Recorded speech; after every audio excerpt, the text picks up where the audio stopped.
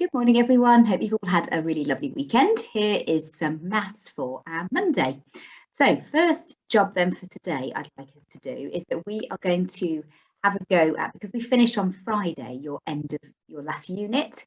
I'd like you to have a go at your end of unit check today. Now, I know lots of you haven't got printers. It's fine. You can just pause the video on this screen, have a look at the questions and write the correct answers into your yellow books if you've got one. So do that as your first job, pause the screen. When you're ready, you can come back and have a look for the flashback 4. Okay, so let me just move myself out of the way. Here we are ready for flashback. Now, as we did on Friday, if you want to pause, excuse me, sorry, losing my voice today. If you want to pause the video, have a go at the flashback, and then once you're ready, come back and we'll have a look at some answers together. So pause the video before you get to peep at the answers, and I'll see you in a minute. Okay, so here we are, answer time. So for the first one, multiplying a whole number by a fraction, remember you just multiplied your numerator by your whole number, which would give us 8/5, which is the same as 1 3/5. The rounding, you can see the answers there. The multiplication, you need to do a long multiplication. Question 4, you need to do a takeaway, making sure you're really carefully borrowing from the other columns with your right exchange. And for the challenge, you had to find out how many pencils there were all together, first of all. So 7 multiplied by 12, 2 multiplied by 54. Add those together, and then you could do division to share it between the pencil pots. And that would give you the answer of 24 pencils in each pot. Okay, moving on. Now today, we've actually finished our Power Maths book. So we're not starting into a new Power Maths until we get back, maybe even into the new year. So we're going to revisit some of the parts that we've learned just to make sure we're really confident in certain areas of maths. Now, I've decided today that we're having a focus on division. So we're going to look at how to use factor pairs for division, how we divide by a 2-digit prime number, and how we can use our division to help us with reasoning questions. So the first question is factor pairs. You can get a factor pair to help division. So if you had a calculation like this, 322 divided by 14. Now what I would do first of all is I would be thinking about the number that I am dividing by. Now here I'm dividing by 14. Let me just get my pen working so I can write on the screen. So here if I'm dividing by 14, that's what I'm going to think to myself first of all. Can I use any factor pair to help with my division? Now I know that I can do 2 times by 7 to get to 14. So what I would do in this case is I would do 322 and I would first of all divide it by 2. So here I'm dividing by this part of my factor pair. So how many groups of 2 in 3? There's 1 left over. How many 2's in 12? There's 6. How many 2's in 2? Is 1. So this is like step 1 when you're doing a factor pair division. So I've divided by the 2. Now the next part is I need to divide my answer by 7. Now that's the important part. Don't go back to 322. I'll take my answer, 161, and I'm going to divide it by 7. Sorry, these are really wonky, don't they, next to each other. So how many groups of 7 in 1? They don't go. So I carry that over. How many groups of 7 in 16? There are 2, with 2 left over. How many groups of 7 go into 21? Well, there are 3. Excuse me. So how many groups of 14 in 322? There are 23. Now remember, how can I check that my answer is correct? I could do the inverse, couldn't I? So if I did 23 multiplied by 14, I should get the answer of 322 if my answer is correct. All right, so now I've got another one up here for you to have a go at. So pause the screen, have a go, and you do 432 divided by 24. And we'll have a look together. Okay, now with this one, you may have thought, well, there's lots of different factor pairs that you could use because 24 has quite a few factors. It shouldn't matter which one you use. Now, for me, 24, I would think, well, to make 24, I have to multiply 4 times by 6. So I would do 432, step 1, and I'm going to divide it by 4, first of all. How many 4's in 4? So 1. Can't do that. Pass it over. So I've got 108. So for step 2, remember I'm taking my 108 answer. my factor pairs now. I've just divided by 4. So I've done that part. Now I need to divide by 6. So 6s into 1, don't go. Carry it over. 6s into 10, go 1. Remainder 4. How many 6s in 48? Go 18. So 432 divided by 24 gives an answer of 18. And again, you could double check that by doing 18 multiplied by 24. It should give us an answer of 432. When you get to the work today, I've split everything up into bits, so there are going to be one section where you're going to practice this in the work that you're doing today. So for the next part, prime numbers, who remember what a prime number is? Remember, a prime number is where it only has the factor of itself and 1. It is in no other times table. So, for example, 2, 3, 5, 7, 11, 17, 13. They're all prime numbers because they don't appear in any other times table. They only are divisible by themselves and 1. Now, when we divide by a prime number, what do we do? Now, in this case, we can't use factor pairs because there's only 1 and 13, so it's not going to help us. Now, with these sorts of questions where we're divided by a number like this, I often say use something called, that I've always just called a fact box. Okay. Now, in that fact box, what I do is I write down multiples of the number that I'm dividing by.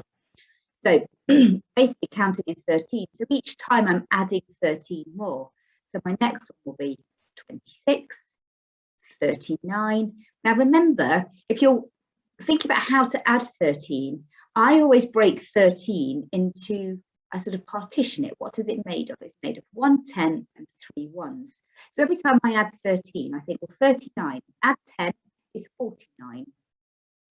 Add 3 more, that gives me 52. So add 13, add 10, 62, add 3 gives me 65, 78, and so on. And then I can use some of these facts to help me just going straight into a bus stop with 13. I much prefer this to long division because I think there's less room for error. How many groups of 13 in 3? Don't go.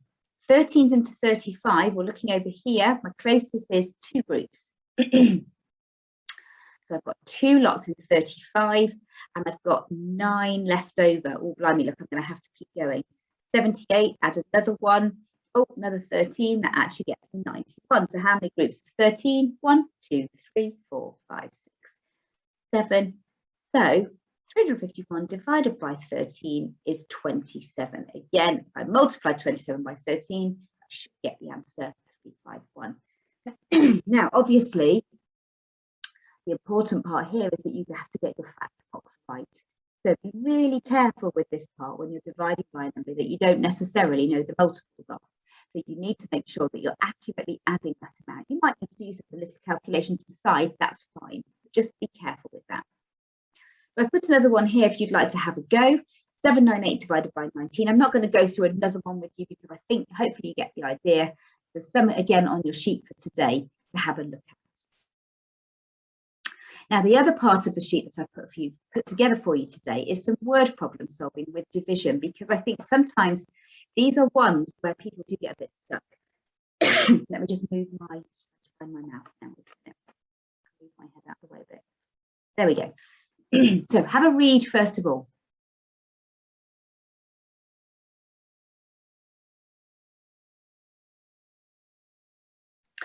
Okay, so it says Mia and Alan each buy 16 tins of tomatoes. Mia buys 2 packs, each containing 8 tins. An 8-pack of 8 costs £1.50. Alan buys 4 packs, each containing 4 cans. A pack of 4 costs £1.30. Who gets the most change from a £10 note? Well, this obviously is going to have more than one step. So if I break this down, I would think, right, step 1.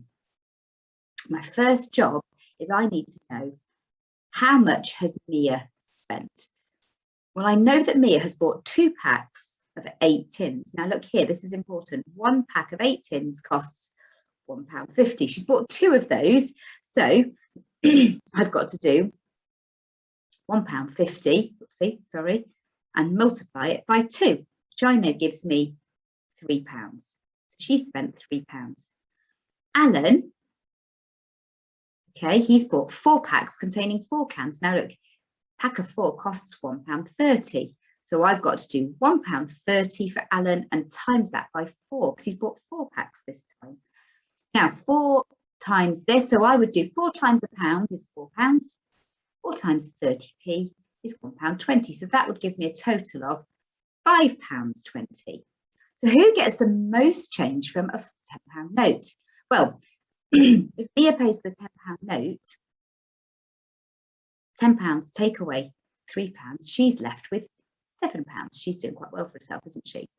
Alan, he's spent £5.20, so he's got to do £10, take away £5.20, and he's left with £4.80. Obviously, if you need to, you can set these out in a calculation if you're not too sure of the subtraction.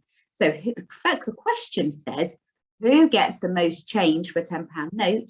So our answer is definitely Mia. She gets the most change because she's got £7 back. There's a question a bit like this in your work for today. Now, another one here I wanted to show you. I've put one like this also in your work. And it says there is 50 grams of rice in one portion. How many portions are there in a 2 kilogram bag? Now here, hopefully, what your mind is doing is thinking, well, look, this one is 50 grams. This one is 2 kilograms. We need to be in the same units in order to be able to do this question. So I think what I would do for this sum is I would put 2 kilograms into grams. Now who can remember 1 kilogram? How many grams are there in a kilogram? Kilo means there's 1,000, isn't there? 1 kilogram has 1,000. So 2 kilograms must have 2,000 grams. Now, if I want to know how many portions of 50 grams there are within that 2,000 kilograms, what calculation do you think I'm going to have to do? Write it down if you're going to match with me. See what you think. What I think is that if I've got to find out how many sets of 50 grams I've got in there, that is sort of sharing out that 2,000 grams, isn't it? So I've got to divide my 2,000 grams by 50 grams. So there, I would have to do 2,000 and divide it by 50 grams. So again, you could do this in different ways. Now, I would think my known facts here would be that 200 divided by 5 would be 40. Okay, because 5 times 40 is 200. So here, how many sets of 50 are there in 2,000? Well, again, I would think, well, would the answer be 40? Because 4 times 5 is 20.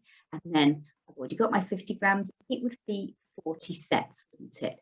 So you could, if you needed to, some people I know will want to do the bus stop because they can't help themselves. But if you can use your known facts, then do. So we could do it exactly the same way. Doesn't go. How many 50s are there in 200? There's 4 with 0 left. So do you see here how I've used my known facts to help me? 200 divided by 5 is 40. So 2,000 divided by 50 is also going to be 40. All right, so think about your known facts to help you there. So how many portions do I get? I get a total of 40 portions. And again, you can check by the inverse. 40 times by 50, it gives you an answer of 2,000. Okay, so here is what you'll be getting through Class Dojo today. This is your sheet. So the first 3 sections are all fluency. So you're practicing, first of all, using your factor pairs, then subdivision by prime numbers where you need your fact box. I've then put some in which have remainders, so you get the practice of that, because when we get back after Christmas, we'll be looking at how to put that into the decimal. And then there's some reasoning problems at the bottom for you to have a little go at as well. So send me some photos of your work, let me know what you're getting on with, and any pictures are good. It doesn't matter if it's in your workbook, if it's on the sheet, whatever, and I'll see you all again tomorrow. All right, see you soon. Bye.